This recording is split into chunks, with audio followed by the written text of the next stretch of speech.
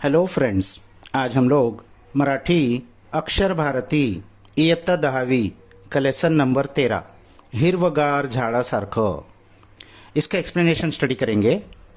ये पोइट्री के कवि है जॉर्ज लोपिस। तो क्या है इस पोइट्री में?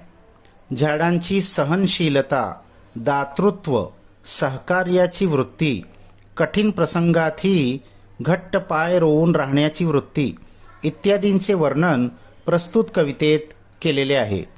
यानी झाड़ की कुछ क्वालिटीज़ के बारे में बताया है। झाड़ की सहनशीलता यानी टॉलरेंस, दातृत्व यानी चैरिटी, सखावत, दान करना, सहकार्याची वृत्ति, कोऑपरेटिव एटीट्यूड, कठिन प्रसंगात ही घट्ट पाय रोवून राहण्याची वृत्ति, कितने भी बुरे हालात में अपने पैर को जमा कर, रोवून यानी पियर्स, ज़मीन में गाड़ कर, स्टैंड फर्मली, ये जो झाड़ की वृत्ति है इत्यादि और भी बहुत सारी क्वालिटीज है। इन सब का वर्णन इस कविते में किया है। आनंदी जीवन जगण्यासाठी हे सर्व गुण आपल्या अंगी बांधवावेत। तो एक खुशियों भरी जिंदगी जीने के लिए ये सारे गुण हमको भी हमारे अंदर बनाने चाहिए। झाडांसारखे हिरवेगार, ताजे, प्रफुल्लित राहावे।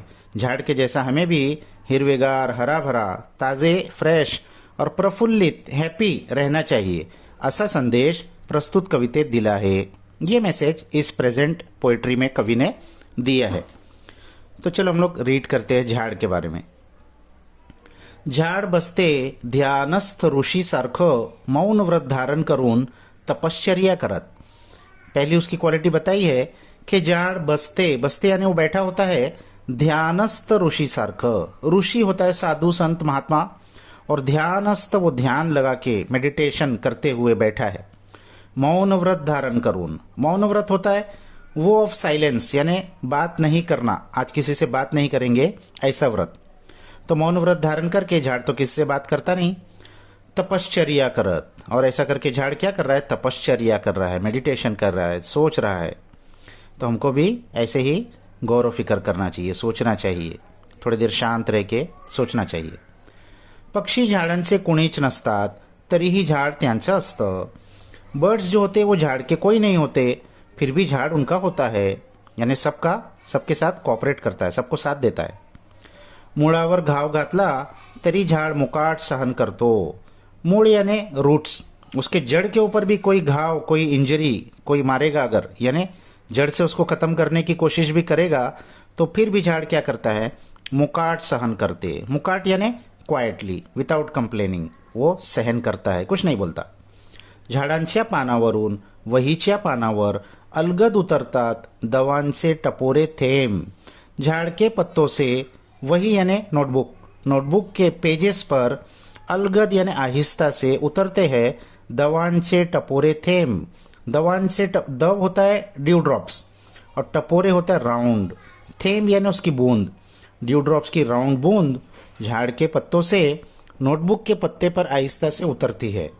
तो इसका क्या मतलब है? सुबह सुबह फ्रेश वातावरण में जब झाड़ के ऊपर ड्यू ड्रॉप्स होते हैं तो बहुत इंस्पायरिंग थॉट्स आते हैं, मन एकदम फ्रेश होता है। और किसी पोएट को कोई नई पोएट्री सूझती है या किसी को कोई नई आइडिया आती है तो वो उसको फिर अपने नोटबुक में लिखता है। तो झाड़ के टपोरे थेम से वो वही के नोटबुक के ऊपर वो आइडियाज़ लिखी जाती है, इंस्पायर होता है। झाडाकडे टक लावून पाहिलं तर शरीरभर विरघळतो हिरवा रंग। झाड़ की तरफ सिर्फ टक लगा के देखने से, सिर्फ देखते रहने से पूरे शरीर में विरघळतो यानी स्प्रेड हो जाता है हरा कलर, मतलब फ्रेशनेस। रक्त होते क्षणभर हिरवेगार, हमारा खून भी कुछ वक्त के लिए हरा हो जाता है। खून तो लाल होता है लेकिन नेचर को देखने से, झाड़ को देखने से एक इंस्पिरेशन, एक सुकून मन में आता है, जैसे कि खून भी हरा हो गया कुछ वक्त के लिए। आयुष्य होतो नुकत्याच खुडलेल्या फुलासारखं टवटवीत। आयुष्य यानी हमारी जिंदगी हो जाती है नुकत्याच खुडलेल्या फुलासारखा, रिसेंटली प्लक किए हुए फूल के जैसा। खुडलेला यानी प्लक किया हुआ, तोड़ा हुआ। तो रिसेंटली अभी अभी तोड़ा है तो वो फूल एकदम फ्रेश होता है। टवटवीत, टवटवीत यानी फ्रेश, वैसा ही हमारी जिंदगी फ्रेश हो जाती है। झाडाचे बाहू सरसावलेले असतात मुसाफिरांना कवेत घेण्यासाठी। झाड़ के जो बाहु है, जो हाथ है, वो हमेशा सरसावलेले होते हैं, यानी स्ट्रेच आउट होते हैं।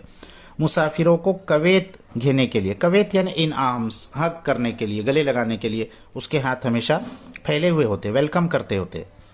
पानझडीनंतर झाड पुन्हा नवीन वस्त्र धारण करतं, नव्या नवरीसारखं। पानझडी यानी लीफ फॉल, ऑटम का जो महीना होता है उसमें झाड़ के पत्ते गिर जाते हैं, लेकिन उसके बाद फिर से वो वसंत ऋतु में, स्प्रिंग सीजन में नए वस्त्र धारण करता है, नए कपड़े पहन लेता है, यानी नए पत्ते फिर से आ जाते हैं उसमें। नव्या नवरी सारखं, नई दुल्हन के जैसा, ब्राइड के जैसा, यानी किसी भी मुश्किल से हार नहीं मानना, फिर से मेहनत करके फिर से उभर के वापस आना, ये हमको मैसेज मिल रहा है उससे। झाडाला पालवी फुटल्यावर फुटते शरीरभर पालवी अन झटकली जाते मरगड। झाड़ को जब पालवी फूटती है, पालवी यानी टेंडर लीव्स, पहली पत्तियां जो आना शुरू होती है, फूटते शरीर भर पालवी, तो उसको देखने से हमारे शरीर भर भी नए आइडियाज, नए उमंग, नई इंस्पिरेशन आना शुरू हो जाती है। नेचर को देखने से इंसान इंस्पायर होता है। अन झटकली जाते मरगड़, और झटक जाती है, चले जाती है सारी मरगड़। मरगड़ कंटाला, लेथार्जी, लेजीनेस, वो सब चले जाती है, फ्रेश हो जाता है इंसान। पक्ष्यांच्या मंजूळ नादात झाडाचंही जीवनाचं एक संथ गाणे दडलेले असते। पक्षियों की, बर्ड्स की मंजूळ नादात यानी स्वीट साउंड में झाडाच्या ही जीवनाची, झाड़ की जिंदगी का एक संथ गाने, एक जेंटल सॉन्ग दडलेलं असतं। दडलेला होता है, छुपा हुआ होता है। पक्षियों की आवाज़ से हमको पता चलता है कि इस झाड़ में कितने सारे जीवन रहते हैं। उसका गाना, उसकी ज़िंदगी की स्टोरी उसमें सुनाते हैं वो पक्षी। हसावं कसं, सड़सड़त्या पानासारखं। हंसना कैसा चाहिए, सड़सड़त्या, ये पत्तों की आवाज़ है, हवा चलती है तो झाड़ के पत्तों की आवाज़ होती है, उसके लिए सड़सड़ने वर्ड आता है, तो उसके जैसे हमको हंसना चाहिए। मुडावं मुरावं कसं, तर झाडासारखं घट्ट पाय रोवून।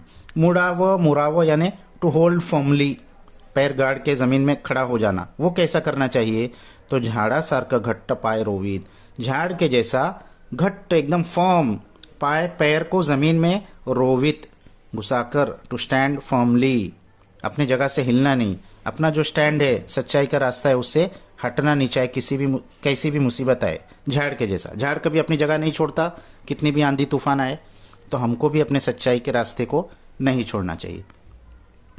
जगावं कसं, तर हिरवगार झाडासारखं। जिंदगी कैसे गुजारे, तो हरे भरे झाड़ के जैसे। रोजचं चिंतन करावं कसं, तर झाडासारखं। रोज का चिंतन, चिंतन यानी थिंकिंग, इंट्रोस्पेक्शन, गौर फिकर, सोच विचार करना, वो कैसे करना चाहिए, तो झाड़ के जैसा। जैसा शुरू की पहली लाइन थी, झाड़ साइलेंस, मौन व्रत रख के, और ध्यानस्थ ऋषि के जैसा, वो तपश्चर्या कर रहा है, गौर फिकर कर रहा है, तो हमको भी ऐसा सोचना चाहिए, झाड़ के जैसा। तो इस कविता में कवि ने झाड़ की बहुत सारे गुण बताए हैं और कहा है कि इन गुणों को अपने अंदर लाने से हमारी ज़िंदगी भी सुखी होगी। तो इसके क्वेश्चन आंसर तो हमने पहले ही वीडियो में दे दिए हैं, आप इसके हार्ड वर्ड्स को अच्छे